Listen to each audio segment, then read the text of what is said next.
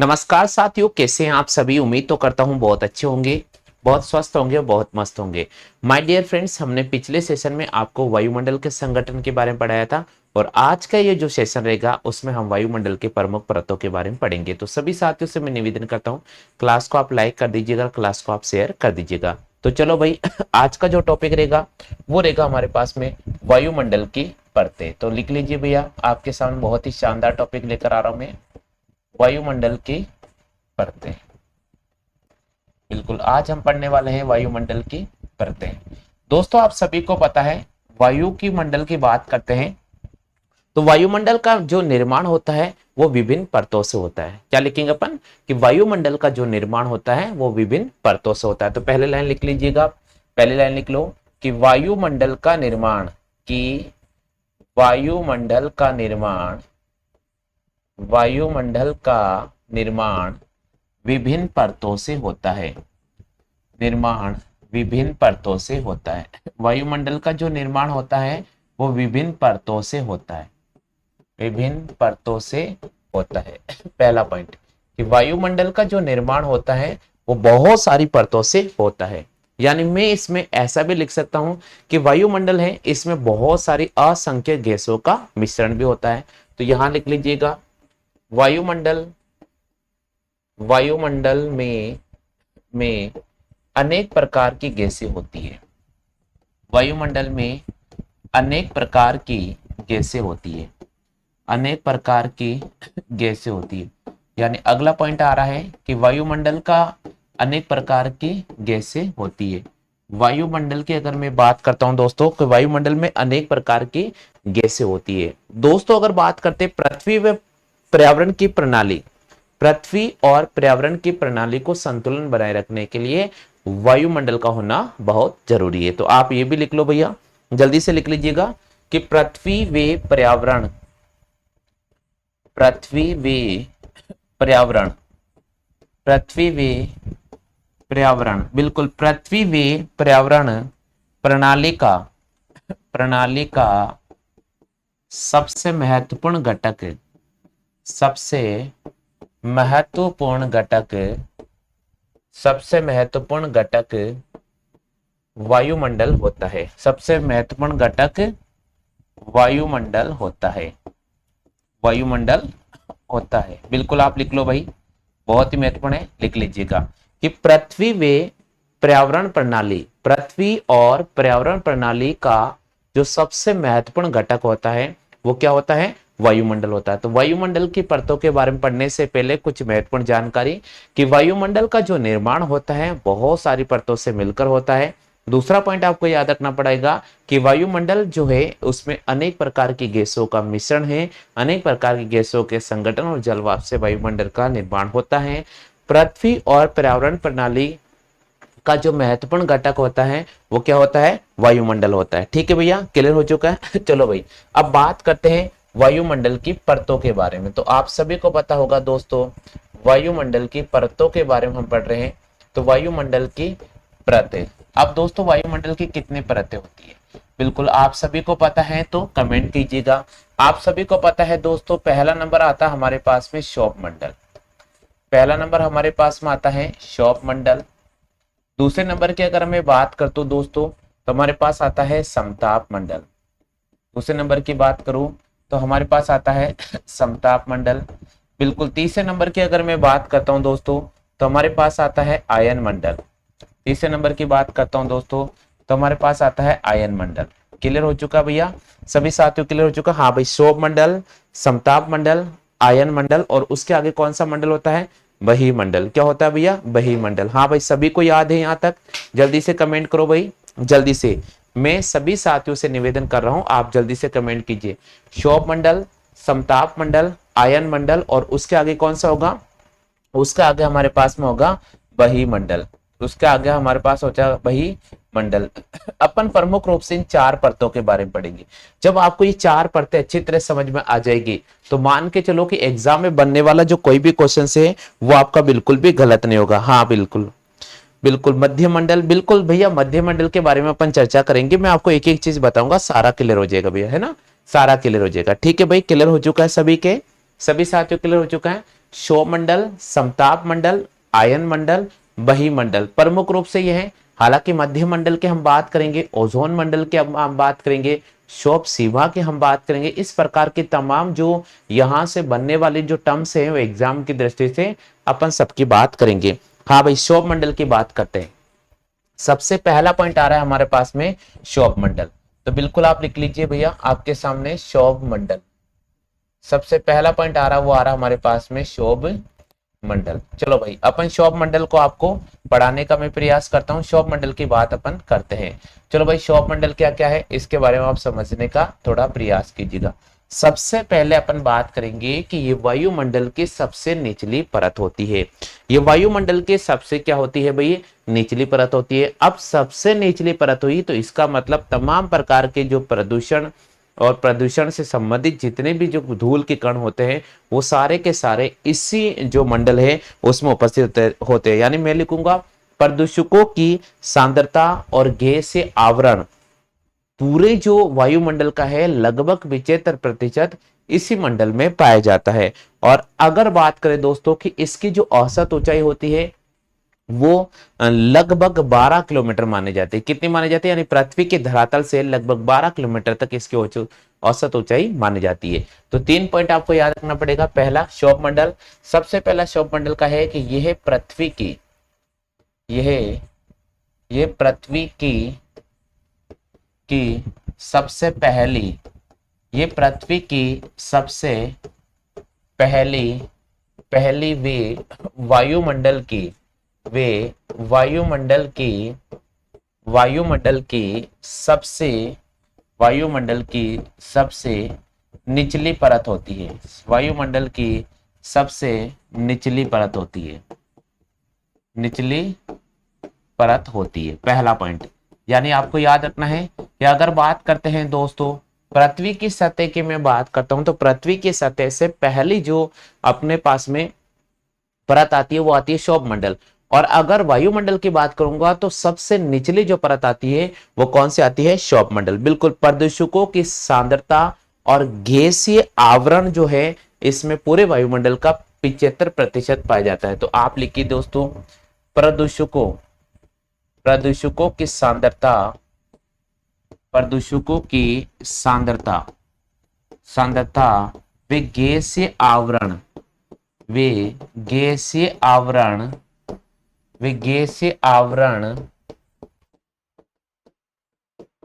सभी वायुमंडल का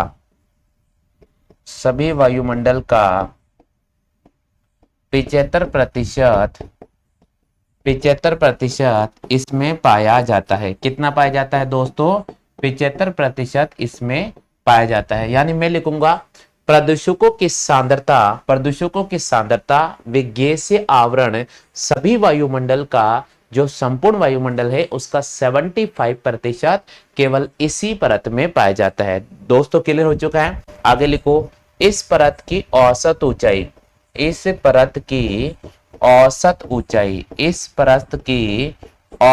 जो ऊंचाई होती है वो होती है दोस्तों, इस परत की औसत ऊंचाई होती है 12 किलोमीटर लगभग। यानी अगर मैं बात करूं दोस्तों कि इस परत की जो औसत ऊंचाई होती है 12 किलोमीटर लगभग होती है। कितनी होती है, 12 किलोमीटर लगभग होती है। सभी साथियों के यहां तक क्लियर हो चुका है क्या, जल्दी से बताइए भाई, सभी साथियों के यहां तक क्लियर हो चुका है? बिल्कुल माय डियर फ्रेंड्स, आप सभी साथियों के अगर यहां तक क्लियर हो चुका है तो एक बार जल्दी से कमेंट सेक्शन में यस लिख दीजिएगा। माय डियर फ्रेंड्स, अगर आप सभी साथियों के यहां तक क्लियर हो चुका है तो एक बार कमेंट सेक्शन में यस जरूर लिख दीजिए भाई। जल्दी से यस लिखो भाई, सभी साथियों के यहां तक क्लियर हो चुका है।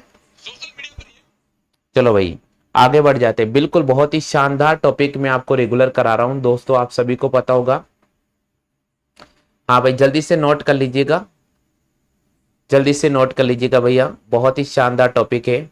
आज हम आपके सामने पढ़ रहे हैं माय डियर फ्रेंड क्षोभ मंडल के बारे में। आप सभी को पता होगा दोस्तों कि क्षोभ मंडल यहां से एग्जाम में पक्का क्वेश्चन बनने वाला है। तो ये पृथ्वी के सबसे पहली व वायुमंडल की सबसे निचली परत होती है। प्रदूषकों की सांद्रता व गैस से आवरण सभी वायुमंडल का 75% केवल इसी परत में पाया जाता है। आप सभी को पता होगा दोस्तों। बिल्कुल क्लियर हो गया। और इसकी जो औसत ऊंचाई होती है वो कितनी होती है, 12 किलोमीटर होती है। कितनी होती है भाई, 12 किलोमीटर। सभी साथियों ने नोट कर लिया क्या? हाँ भाई, सभी साथियों ने नोट कर लिया, बिल्कुल।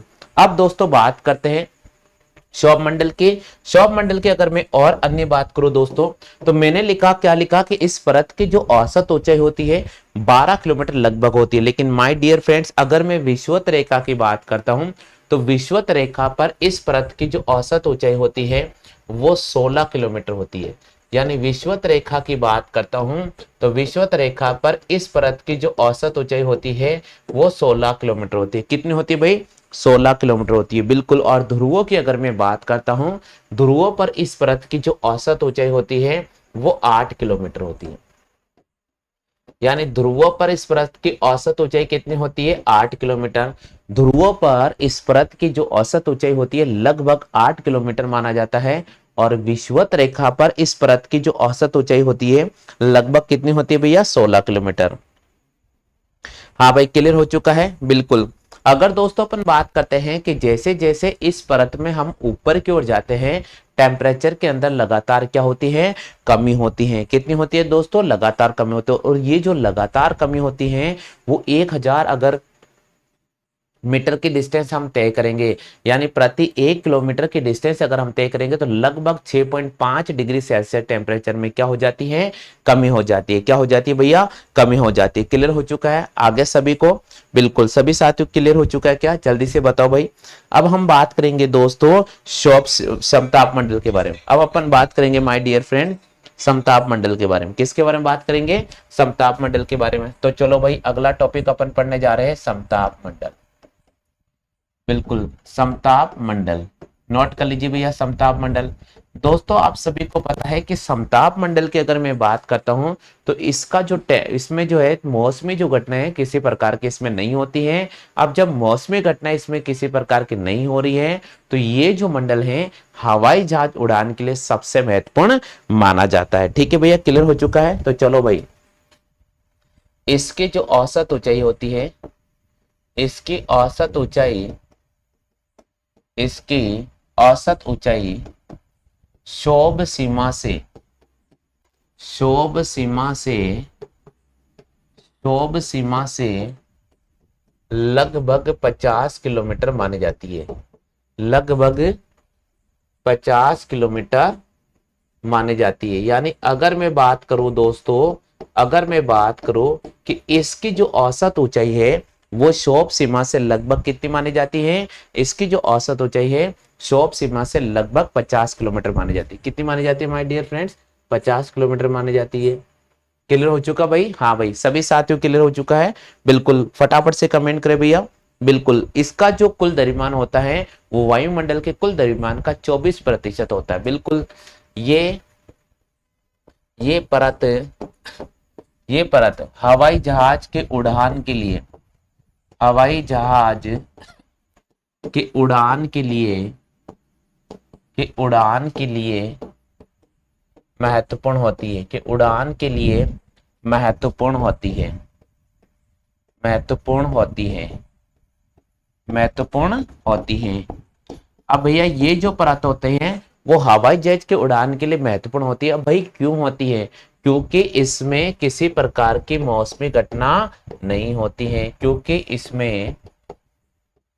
इसमें मौसमी घटना, मौसमी घटना नहीं होती है, इसमें मौसमी घटना नहीं होती है। और भाई जब इसके अंदर किसी प्रकार की मौसमी घटना नहीं होती है, इसके अंदर किसी प्रकार के बादल बनते नहीं है, और इसीलिए ये जो परत होती है ये वायुमंडल के लिए बहुत ही महत्वपूर्ण मानी जाती है। यानी कहने का मतलब जितने भी वायुयान होते हैं उनकी दृष्टि से बहुत ही शानदार परत मानी जाती है। बिल्कुल ऊंचाई बढ़ती है जैसे जैसे, अगर मैं मान लेता हूं कि इस परत में ऊपर की तरफ जाता जाऊंगा तो टेम्परेचर क्या होगा माय डियर फ्रेंड्स, इंक्रीज होगा। बिल्कुल इंक्रीज होगा। अब क्यों इंक्रीज होता है, इसका कारण होता है कि दोस्तों समताप मंडल के जस्ट ऊपर एक एक मंडल पाई जाती है, एक परत पाई जाती है, मोटी परत पाई जाती है, जिसको अपन बोलते हैं ओजोन सीमा। क्या कहते हैं? ओजोन सीमा। और ओजोन सीमा के अंदर ओजोन गैस की मात्रा सर्वाधिक पाई जाती है। और ये काम क्या करती है ओजोन गैस भैया? सूर्य से आने वाली जो सभी प्रकार की पराबैंगनी किरणें हैं उनको क्या कर लेती हैं? अवशोषित कर लेती है। और अवशोषित करने के कारण इसको एक रक्षक रक्षक परत के नाम से भी जाना जाता है। किसके नाम से जाना जाता है? रक्षक परत के नाम से भी जाना जाता है। हाँ भाई, क्लियर हो चुका है सभी साथियों के? सभी साथियों क्लियर हो चुका है? चलो भाई आगे चलते हैं मध्य मंडल। आगे चलते हैं भैया मध्य मंडल। अब मैं बात करता हूं दोस्तों कि मध्य मंडल क्या होता है। मध्य मंडल को समझना बहुत जरूरी है। मध्य मंडल को समझना बहुत जरूरी है। चलो भाई मध्य मंडल की बात करते हैं। मध्य मंडल होता क्या है? यानी मध्य मंडल की मैं बात करता हूं तो 50 किलोमीटर से लेकर 80 किलोमीटर तक का जो वायुमंडल का जो पूरा एरिया है वो मध्य मंडल में आता है। किस में आता है भैया? मध्य मंडल में। तो आप लिख लीजिएगा 50 किलोमीटर से 80 किलोमीटर की मोटी परत मध्य मंडल कहलाती है। कि मोटी परत मध्य मंडल कहलाती है। बिल्कुल क्या कहलाती है भैया? मध्य मंडल कहलाती है। सभी साथियों को याद है भैया? हाँ, यहां पर ऊंचाई बढ़ने पर टेम्परेचर क्या हो जाएगी? कमी हो जाएगी। उल्टा होगा। यहां ऊंचाई बढ़ने पर यहां ऊंचाई बढ़ने पर यहां ऊंचाई बढ़ने पर तापमान में कमी होती है। तापमान में कमी होती है। यहाँ ऊंचाई बढ़ने पर तापमान में क्या होती है भैया? कमी होती है। तो बिल्कुल आप लिख लो कि यहाँ ऊंचाई जैसे जैसे बढ़ती जाएगी टेम्परेचर में क्या होता जाएगा? कमी होता जाएगा। तो ऊंचाई बढ़ने पर टेम्परेचर में क्या होगा भैया? कमी हो जाएगा। बिल्कुल उल्काओं का निर्माण मध्य मंडल में होता है। बिल्कुल सभी, बहुत शानदार क्वेश्चन है कि सभी प्रकार के जो उल्का पिंड होते हैं उनका निर्माण कहाँ होता है भैया? मध्य मंडल में होता है। और दोस्तों आप सभी को पता है कि निशादीप्त बादल वो इसी मंडल में बनते हैं। तो आप लिख लीजिएगा निशादीप्त बादल। निशादीप्त बादल निशादीप्त बादल इसी मंडल में बनते हैं। इसी मंडल में बनते हैं। बिल्कुल निशादीप्त बादल कहाँ बनेंगे दोस्तों? इसी मंडल में बनेंगे। सभी साथियों के याद हो गया क्या भैया? सभी साथियों को याद हो गया भाई? नोट करो जल्दी से। अब अपन पढ़ेंगे आयन मंडल। बिल्कुल अगला मंडल आ रहा है दोस्तों हमारे पास में, आयन मंडल। अब बात करते आयन मंडल क्या होता है भैया? देखो भैया, अगर अपन बात करते हैं हमारे पृथ्वी के तल से अगर मैं बात करता हूँ 80 किलोमीटर से लेकर 400 किलोमीटर रेंज तक की जो मोटी परत होती है उसको अपन आयन मंडल के नाम से जानते हैं। किसके नाम से जानते हैं? आयन मंडल के। दोस्तों यहां पर भी ऊंचाई बढ़ने पर टेम्परेचर क्या होती है? कमी होती है। तो लिख लो भैया, ऊंचाई बढ़ने पर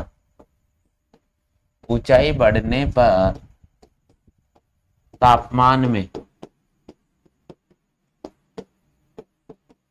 कमी होती है। ऊंचाई बढ़ने पर तापमान में क्या होती है? कमी होती है। बिल्कुल लिख लीजिएगा भैया कि जैसे जैसे हम ऊंचाई पर जाते जाएंगे टेम्परेचर में क्या होती जाएगी? कमी होती जाएगी। बिल्कुल जैसे जैसे ऊपर चलेंगे टेम्परेचर में क्या होती जाएगी भैया?